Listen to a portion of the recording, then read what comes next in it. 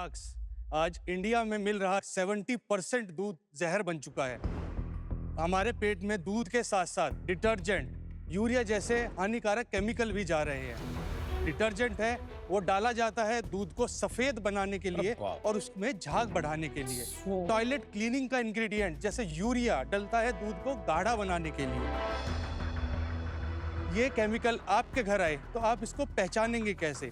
घबराए नहीं, paper pro के patented milk adulteration testing card से। ये छोटा सा दिखने वाला कार्ड कुछ ही सेकंड में कई तरह की मिलावट का पता लगा सकता है। आपके पास 2 सैंपल हैं, एक में प्योर मिल्क है, एक में अडल्ट्रेटेड मिल्क है। आपको बस पेपर प्रो का टेस्टिंग कार्ड निकालना है, ड्रॉपर से दूध की एक बूंद डालनी है। कलर चेंज होते ही आपको पता चल जाएगा कि इसमें कौन सी मिलावट है। इसमें हमने इंडिकेशन मीटर भी दिया है जो कि बताता है कि मिलावट है तो है कितनी। लो टू हाई का आपको परसेंटेज भी पता चलता है। ये कलर चेंज, इसमें कॉमन सॉल्ट आया, लेकिन नमक क्यों मिलाएंगे कोई दूध में? सेल्फ लाइफ इंक्रीज भी हो जाती है। और जैसे लैक्टोमीटर होता है उससे हम टेस्ट करते हैं तो डेंसिटी से पता चल जाता है कि दूध में पानी कितना है। अगर मैं नमक डाल दूंगा डेंसिटी चेंज हो जाएगी, लैक्टोमीटर की रीडिंग फ्लक्चुएट हो जाएगी, इसलिए नमक डलता है। मुझे समझ नहीं आया, बीच में मैंने ड्रॉप डाली, फिर क्या होता है? अगर कोई कलर चेंज होता है। कौन सा कलर चेंज हुआ?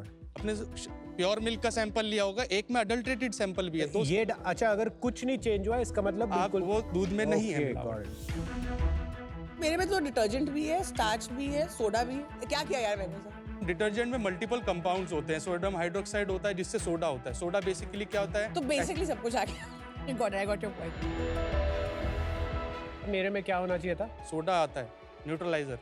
ये सही जवाब, इसमें हो गया सोडा। हमने 17 प्रोटोटाइप मार्केट में जाके रिजेक्ट करके R&D करके जब ये प्रोडक्ट बनाया।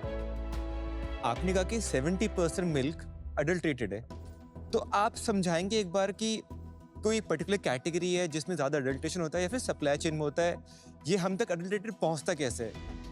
डिमांड बहुत ज्यादा है, सप्लाई कम है। ओपन मिल्क अगर आता है उस पर तो कोई टेस्टिंग हुई नहीं है, उसमें हाई चांसेस होते हैं अडल्ट्रेशन होने के। बट अगर ब्रांड्स के थ्रू सप्लाई चेन में आ रहा है, अगर वे रेगुलर टेस्टिंग कर रहे हैं तो वहाँ चांसेस लो हो जाते हैं। अगर हम बात करते हैं स्टेट वाइज भी, महाराष्ट्र का इवन 85% दूध अडल्ट्रेटेड है। Oh my God. राजस्थान का 97% अडल्ट्रेशन रेशो है।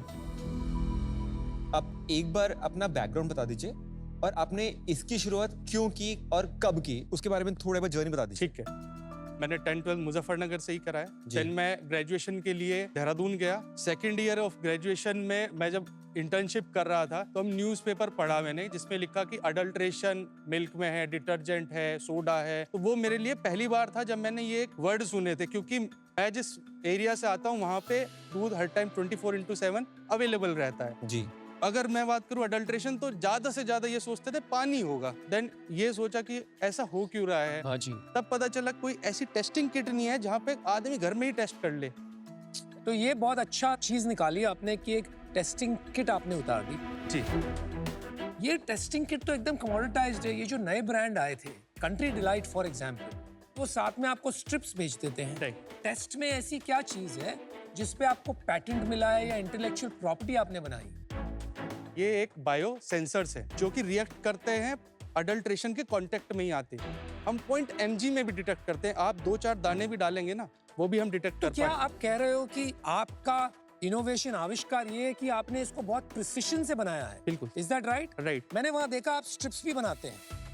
यही स्ट्रिप्स हैं वो B2B के लिए है बेसिकली, जो हम डेयरी प्लांट्स को ही देते हैं। जैसे अडल्ट्रेशन एरिया वाइज चेंज होता है तो वो कह रहे हैं कि हमें सिर्फ डिटर्जेंट करना है टेस्ट, हमें ये 6 नहीं करने हैं। तो उनके लिए हमने इंडिविजुअल बॉटल्स बना दिए, सिर्फ एक ही अडल्ट्रेंट का एक टेस्ट। ही अडल्ट्रेंट के लिए। 40 रुपए का एक टेस्ट, 6 अडल्ट्रेंट।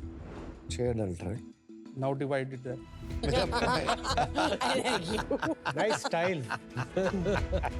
एक गिलास दूध पियोगे टेस्ट करने के बाद? Good I answer. like you. ये पैटेंट जो है आपका, ये जो मल्टी स्ट्रिप पे है या सिंगल स्ट्रिप पे है या दोनों पे है? स्ट्रिप्स है, इस पे है और इस पे यूटिलिटी पैटेंट है। और ये कार्ड का मतलब ओवरऑल कार्ड जो है एक इसको, ये भी इंक्लूडेड है उस स्ट्रिप्स के डिजाइन के अंदर ही। ये कब ग्रांट हुआ था आपको? 1 साल पहले। आपने कैसे बनाया ये? हमारे सर टीम में है पारुल है, वो हमारी सीटी में बायोटेक बैकग्राउंड से आती हैं।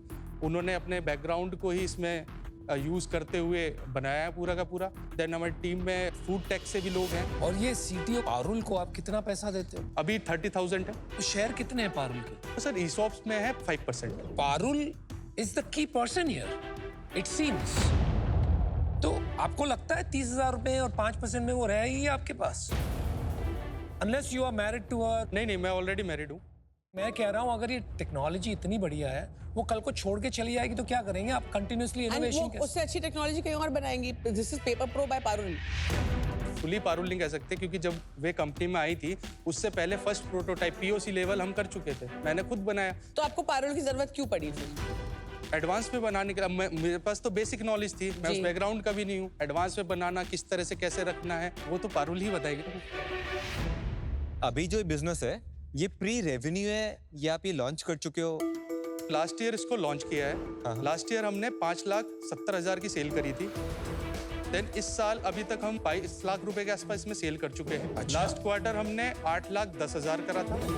लास्ट मंथ हमने 5,30,000 रुपए करा है और इस मंथ अभी तक हम 6 लाख रुपए कर चुके हैं। सारा ऑनलाइन सेल्स है? नहीं, ये ऑफलाइन सेल्स है, ये B2B की सेल्स है। B2B का परसेंटेज क्या है? मोस्टली वही 80%। क्या प्राइस में बेचते हैं B2B में? वो हम 1,100 रुपए का चार्ज करते हैं।